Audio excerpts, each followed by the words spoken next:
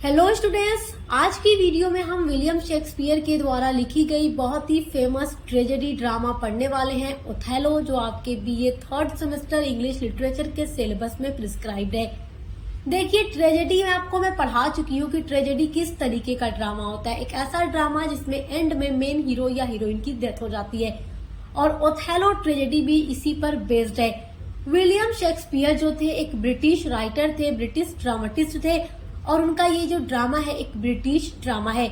तो आज की वीडियो में हम ओथेलो ड्रामा की पूरी समरी को हिंदी में समझने वाले हैं। तो ये वीडियो आपके लिए बहुत ही ज्यादा हेल्पफुल होगा, क्योंकि यहाँ से आपके एग्जाम में बहुत सारे क्वेश्चंस आएंगे, शॉर्ट भी लॉन्ग भी। तो वीडियो को देखने के बाद आप इजिली अटेम्प्ट कर लोगे अपने आंसर को।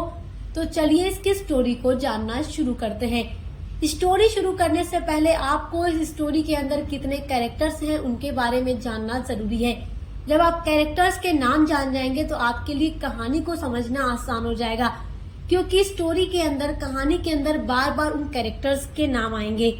तो इसमें जो सबसे पहला कैरेक्टर है वो है ओथेलो, जो इस ट्रेजेडी का हीरो है। ये एक हबशी और काले रंग का आदमी है।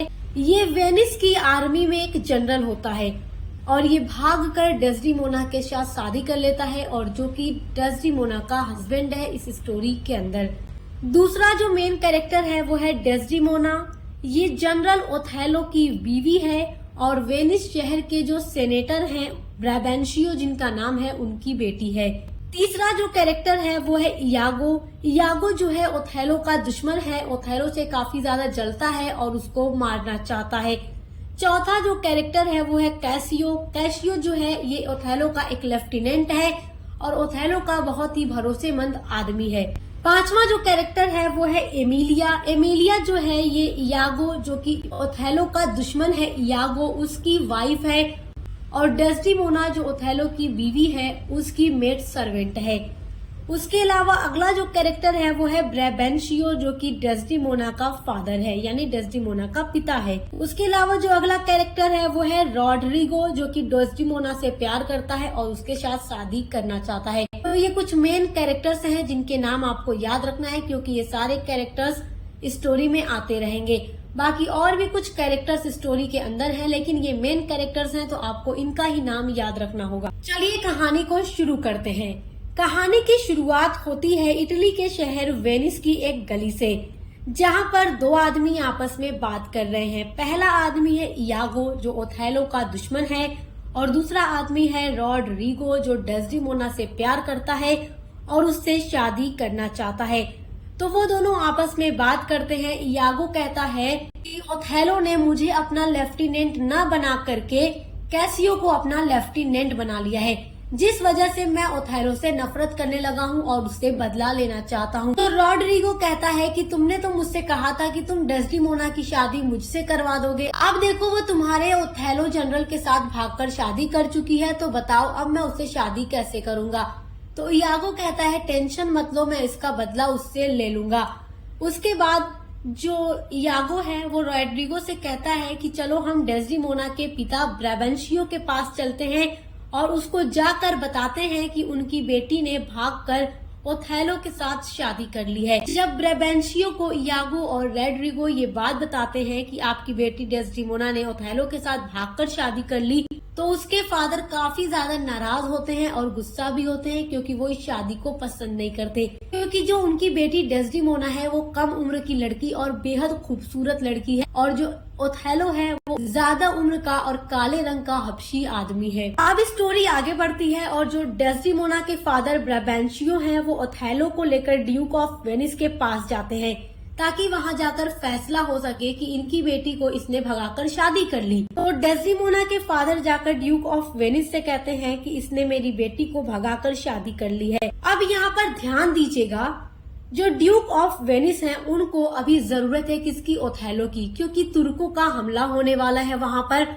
जिससे निपटने के लिए उन्हें ओथेलो की जरूरत पड़ेगी, क्योंकि जो ओथेलो है एक बहुत ही बहादुर सैनिक है। तो वो डेस्डेमोना के फादर की भी बात सुनते हैं, ओथेलो की भी बात सुनते हैं, डेस्डेमोना की भी बात सुनते हैं। उसके बाद वो कहते हैं कि जब आपकी बेटी डेस्डेमोना ने खुद ओथेलो के साथ शादी की है, जब वो दोनों इस शादी से राजी हैं, तो आपको क्या परेशानी है। तो इस तरीके से जो ड्यूक ऑफ वेनिस होते हैं वो ओथेलो के फीवर में फैसला सुना देते हैं। अब देखिए क्या होता है कि जो ड्यूक ऑफ वेनिस है वो ओथेलो से कहते हैं कि तुम साइप्रस चले जाओ क्योंकि वहाँ पर तुर्कों का हमला होने वाला है।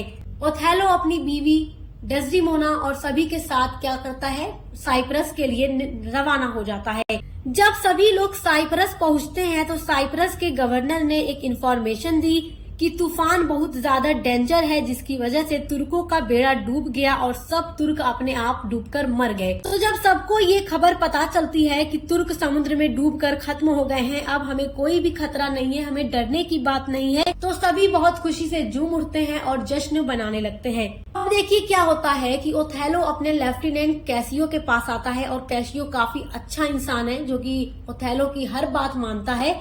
तो ओथेलो कैसियो से कहता है कि देखो सारे लोग जश्न मना रहे हैं, मैं सोने के लिए जा रहा हूँ, तो तुम बाहर के माहौल का ख्याल रखना, कोई गड़बड़ न होने पाए। तो इतना कहकर ओथेलो चला जाता है। इसके बाद जो यागो है वो जाकर क्या करता है कि ओथेलो के खिलाफ एक योजना, एक प्लानिंग बनाने लगता है।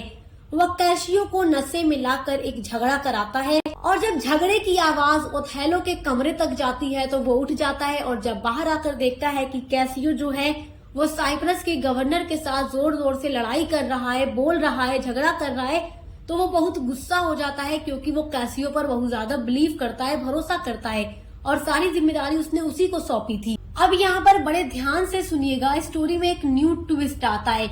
जो ओथेलो का दुश्मन यागो है वो पहले कैसियो को नशे की हालत में लाकर झगड़ा कराता है।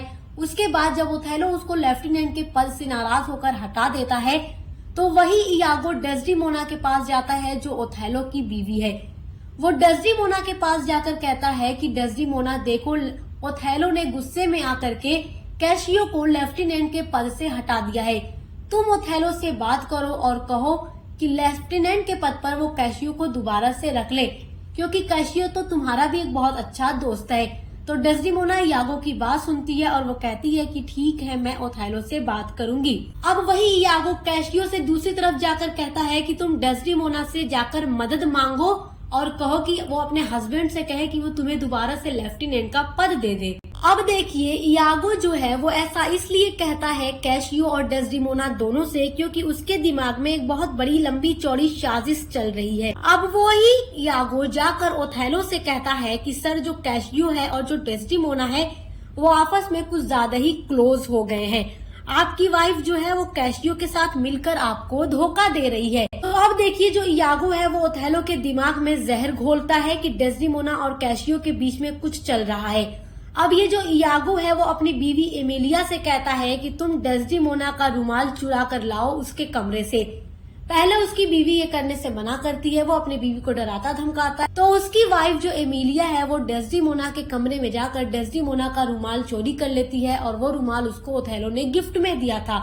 तो जब एमिलिया उस रुमाल को लेकर के आती है और अपने हस्बैंड इयागो को देती है तो इयागो क्या करता है कि वही रुमाल कैसियो के कमरे में रखवा देता है और ओथेलो से कहता है कि आपको अगर मेरी बातों पर यकीन नहीं है तो आप खुद जाकर कैसियो से पूछें कि डेस्डिमोना का रुमाल उसके पास कहाँ से आया। तो ये बात सुनकर ओथेलो को बहुत ज्यादा गुस्सा आता है और अब उसका जो भी शक था वो यकीन में बदल गया था। उसको लगने लगता है कि उसकी वाइफ जो डेस्डिमोना है, जिससे वो बहुत प्यार करता है और शादी की थी, वो वाकई में उसको धोखा दे रही है कैसियो के साथ मिलकर। अब उस रुमाल को वो कैसियो के पास देखकर डेस्डिमोना पर बहुत ज्यादा नाराज हो जाता है और अपने कमरे में बहुत गुस्से में वो जाता है जहाँ पर डेस्डिमोना अपने बिस्तर पर सो रही थी। जब वो डेस्डिमोना के करीब जाता है तो डेस्डिमोना को थप्पड़ मारता और कहता है कि तुम धोखेबाज हो, तुमने मुझे धोखा दिया है, तुमने कैसियो के साथ मिलकर मुझे धोखा दिया है। तो डेस्डिमोना को कुछ भी समझ नहीं आता कि आखिर ऐसा क्यों हो रहा है और ओथेलो किस बारे में बात कर रहा है, क्योंकि डेस्डिमोना जो है उसने ऐसा कुछ नहीं किया और वो कुछ नहीं जानती। यहाँ पर ओथेलो का जो दिमाग घुमाया है वो किसने घुमाया है, इयागो ने घुमाया है। अब डेस्डिमोना बहुत उदास हो जाती है और वो अब कुछ बताना ही चाह रही थी ओथेलो से। उतने में ओथेलो जो है वो डेस्डिमोना का गला दबाकर उसकी जान ले लेता है, उसको मार देता है। जिस बीवी को वो बहुत प्यार करता है, गला दबाकर अपनी ही बीवी की अपने ही हाथों से वो जान ले लेता है। बेचारी डेस्टिमोना कुछ कहना भी चाह रही थी तो वो कह नहीं पाती है और इस दुनिया से चली जाती है। अब देखिए, जो इयागो की वाइफ एमिलिया है उसको भी समझ में आ रहा है कि कुछ गलत हो रहा है। तो बाद में एमिलिया ओथेलो के पास आती है और ओथेलो से आकर कहती है कि डेस्टिमोना इनोसेंट थी, उसने कुछ भी नहीं किया था। डेस्टिमोना का जो रुमाल था वो कैसियो के पास मेरे हस्बैंड इयागो ने ही रखवाया था, आपको परेशान करने के लिए, आपसे वो बदला लेने के लिए ऐसा कर रहा था और वो चाहता था कि आप डेस्टिमोना अलग हो जाएं और आपकी जिंदगी बर्बाद हो जाए। जब एमिलिया सब कुछ आकर बताती है ओथेलो को और जब सारी सच्चाई का वो पर्दाफाश करती है तो ओथेलो बहुत ज्यादा पछताता है और अपने आप को भी मार कर वो खत्म कर लेता है। इस तरीके से वो पहले अपनी वाइफ को मारता है और सच्चाई जानने के बाद भी खुद की आत्महत्या कर लेता है और जो इयागो है उसको गिरफ्तार कर लिया जाता है। इस तरीके से ये कहानी खत्म हो जाती है। तो आपने देखा किस तरीके से एक अच्छा खासा इंसान जो ओथेलो था उसके कैरेक्टर का डाउनफॉल हो जाता है, तो वही होती है ट्रेजेडी। और इस ट्रेजेडी की कुछ मेन थीम भी है, जैसे कि जेलसी, ट्रस्ट एंड बेट्रायल या स्टेटस ऑफ वुमेन। जैसे कि डेस्टिमोना का जो स्टेटस है, पहले उसका हस्बैंड उससे प्यार करता है, उसकी बातें भी नहीं सुनता, उसे मार देता है। तो ये सब कुछ इसकी मेन थीम है। थीम के ऊपर मैं अलग से वीडियो बना दूंगी क्योंकि एग्जाम के लिए क्वेश्चन बहुत इंपॉर्टेंट है। तो आई होप कि आप ओथेलो ट्रेजेडी की समरी बहुत अच्छे से समझ के होंगे। तो देखिए, जो इसमें मेन कैरेक्टर ओथेलो और डेस्टिमोना है, इनका जो कैरेक्टर स्केच होता है वो एग्जाम के लिए बहुत ज्यादा इम्पोर्टेंट होता है और ऑलरेडी इनके कैरेक्टर स्केच पर मैंने वीडियोस अपलोड कर दी है, तो आप देख लीजिएगा क्योंकि एग्जाम में ये क्वेश्चन लॉन्ग में पूछा जाता है। बाकी जो भी शॉर्ट क्वेश्चन है, ऑब्जेक्टिव टाइप क्वेश्चन है, वो सब मैं आपको प्रोवाइड करा दूंगी। ऑलरेडी वीडियोस अपलोड भी हैं, आप देख सकते हैं। 2026 एग्जाम के लिए सब कुछ आपको बताया जाएगा, आपको टेंशन लेने की बिल्कुल भी जरूरत नहीं है। अब मिलते हैं अगली वीडियो के साथ।